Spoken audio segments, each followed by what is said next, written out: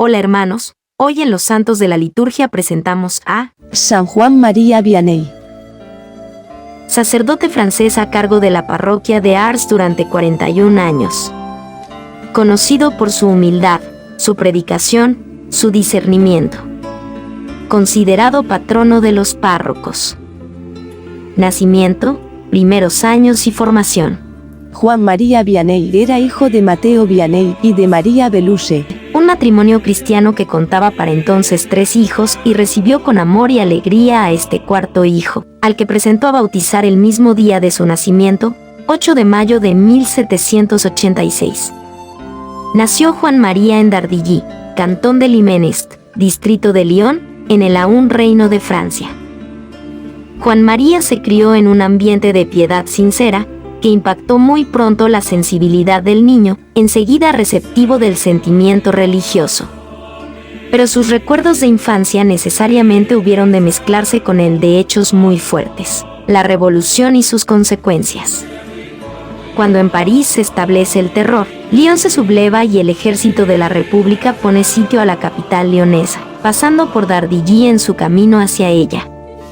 La propia iglesia de Dardilly ha sido cerrada. El cura de la misma, Jacques Rey, ha obedecido la orden oficial y ha hecho el juramento de la Constitución Civil del clero. Los fieles, no bien percatados de lo que ese juramento significaba, siguieron acudiendo a las ceremonias religiosas. Pero incluso tras ese juramento, el cura Rey hubo de ver su parroquia cerrada en 1793. Para entonces el pequeño Juan María ya ayudaba a sus padres cuidando del pequeño rebaño familiar en el campo, lo cual hacía en los prados cercanos al pueblo en unión de sus hermanos y hermanas. A Juan María, dicen sus coetáneos, ya entonces le gustaba rezar retirado. También se destapó ya en fecha tan temprana su afecto por los pobres. Le gustaba ser él quien les diera las limosnas que sus padres destinaban a los pobres del pueblo y a los forasteros. Los padres estaban por entonces en buena posición económica. En 1802 se acabó el cisma del abate Rey con la firma del concordato entre Napoleón y Pío VII. El abate, arrepentido, fue perdonado y los Vianney, con los demás fieles, pudieron acudir de nuevo a las misas y actos religiosos de la parroquia.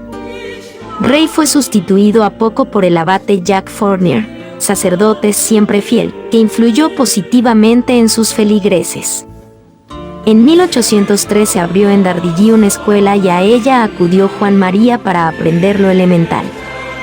Parece que el contacto con el abate Fournier despertó en Juan María los deseos de ser sacerdote. De todos modos, este sacerdote fallecía en 1806.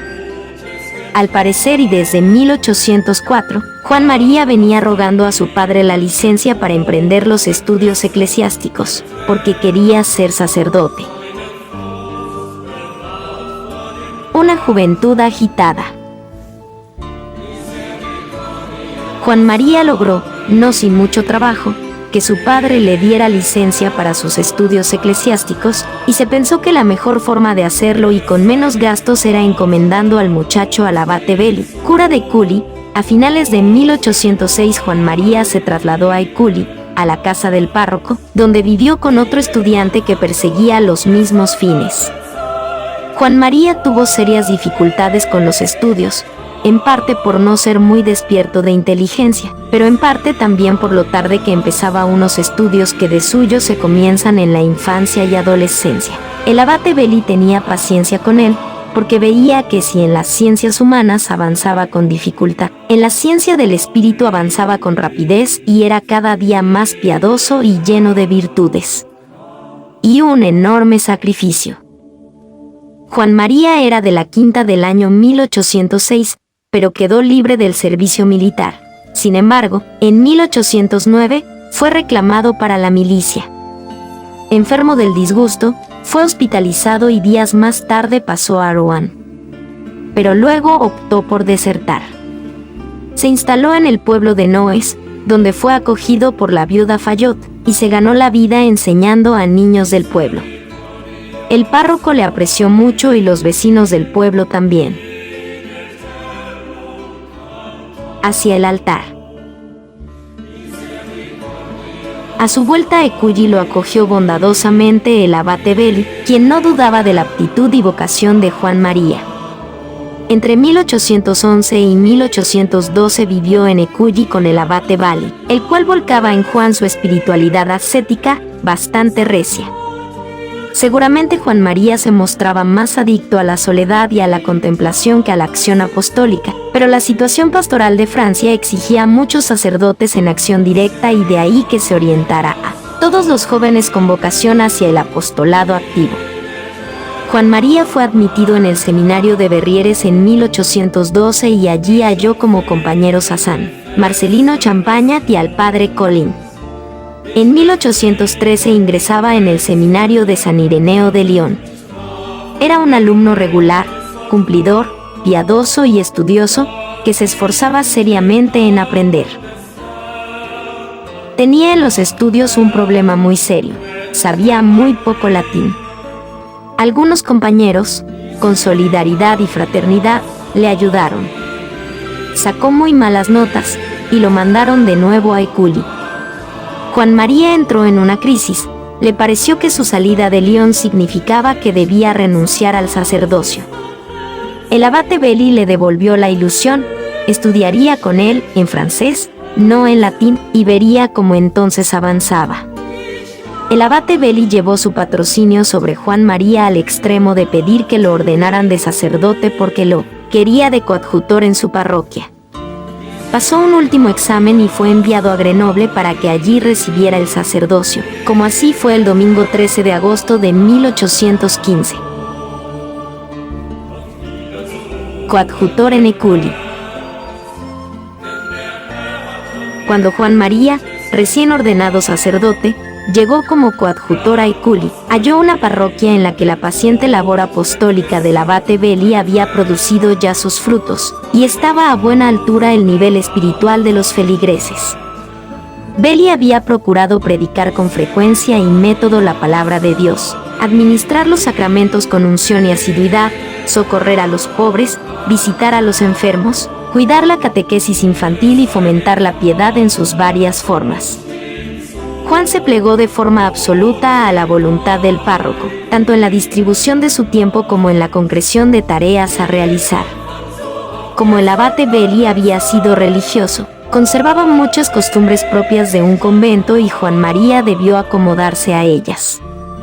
Recitaba el breviario con el párroco, tenía con él la lectura espiritual y los ejercicios de devoción, las conversaciones espirituales y los tiempos de silencio, y participaba en el clima de privaciones voluntarias y penitencias a que se sometía a sí mismo el antiguo religioso. Como el abate Belli comenzó a flagelarse y a ponerse cilicios. Pastoralmente Juan María tenía que hacer bautizos o entierros, y se le encargó de la misa de los niños los domingos, a los que tenía que dirigir pláticas apropiadas. Ese fue su primer campo como predicador y catequista. El párroco le hacía acompañarlo en las visitas a los enfermos para que se introdujera en este campo concreto de la pastoral, y mientras iban de una casa a otra le daba lecciones de casos de conciencia, que al párroco le parecían importantísimas para que pudiera algún día Juan María sentarse en un confesonario de adultos. Y es de esta raíz de donde debemos hacer derivar los residuos rigoristas, casi jansenistas, que se verán en Juan María cuando sea cura de Ars y que desaparecerían más tarde. Un año después de su ordenación, recibió la licencia para confesar y el primero en arrodillarse ante él fue el propio abate Belli. Luego, poco a poco, fue atrayendo insensiblemente a su confesonario a numerosos feligreses. También se hizo notar por su desprendimiento en favor de los pobres. Y ya desde entonces se distinguió como fervoroso propagandista de la devoción a la Virgen María, en lo cual ciertamente no tenía nada de jansenista o rigorista. El abate Belli comenzó a empeorar en su salud. El querido párroco moriría en los brazos de su protegido en 1817. Mandaron como nuevo párroco al abate Lorenzo Trippier, que tenía ya amplia experiencia pastoral, pero era muy distinto en criterios y costumbres al abate Belli, y sobre todo, no tenía para nada ni su ascetismo ni su extrema frugalidad. Juan María empezó a pasarlo mal al lado del nuevo párroco, y enterada la superioridad, decidió enviarlo entonces a la capellanía de Ars. Cura de Ars. Arsèndombes no era propiamente una parroquia, sino una capellanía, dependiente de la parroquia de Miserieux. Era un pueblito campesino y su situación espiritual, después de los desastres de la revolución y las guerras, no era muy buena.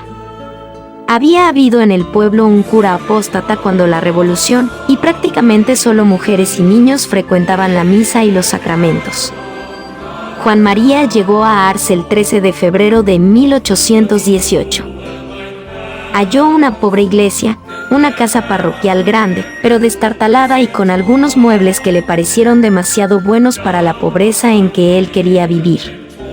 Al día siguiente a su llegada, las campanas tocaron a misa y los habitantes del pueblo supieron que tenían otra vez un pastor de almas. Juan María estableció un género de vida por demás pobre y austero, y dio a su casa el tono de la mayor pobreza. Empezó a dormir en un lecho de sarmiento sobre la madera de la cama, con una almohada de paja y unas pobres mantas para prevenir el frío nocturno. Y se dedicó ante todo a orar pidiendo la conversión de su pueblo. Siempre que no tenía un ministerio preciso, estaba en la iglesia entregado a la oración. La hacía de rodillas sobre el suelo, sin reclinatorio y sin apoyarse en ningún sitio, recogido o mirando al sagrario. Estableció una nueva costumbre, visitar casa por casa a sus feligreses, como recomendaba la superioridad del obispo, bien que no era habitual hacerlo. Sus visitas eran breves, no se sentaba, y en el fondo eran solamente para decirles a los feligreses que estaba a disposición de todos. Oía las cuitas de los feligreses y empezó a dejar la impresión de que el sacerdote de Ars practicaba todas las obras de misericordia. Salía también al campo y saludaba a los trabajadores y al bosque y saludaba con afecto a los que hallaba, y convertía su paseo en oración, pues alaba al Señor por las bellezas de la naturaleza. Dio enorme importancia a la catequesis infantil. Logró que los padres trajeran a los niños, y muchos padres comenzaron a quedarse a la catequesis para aprovecharse ellos también.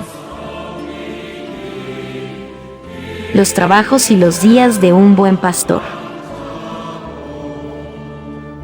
Vianney Se dio cuenta de que el pueblo necesitaba como la masa de la parábola, una levadura que la hiciera fermentar. Y entendió que había que cultivar grupos de espiritualidad que contagiasen su fervor a los demás. Se dedicó a buscar un grupo de almas fervorosas que comulgasen cada domingo y dieran ante la comunidad el testimonio de una piedad más allá de la estricta obligación. Muy pronto lo tuvo.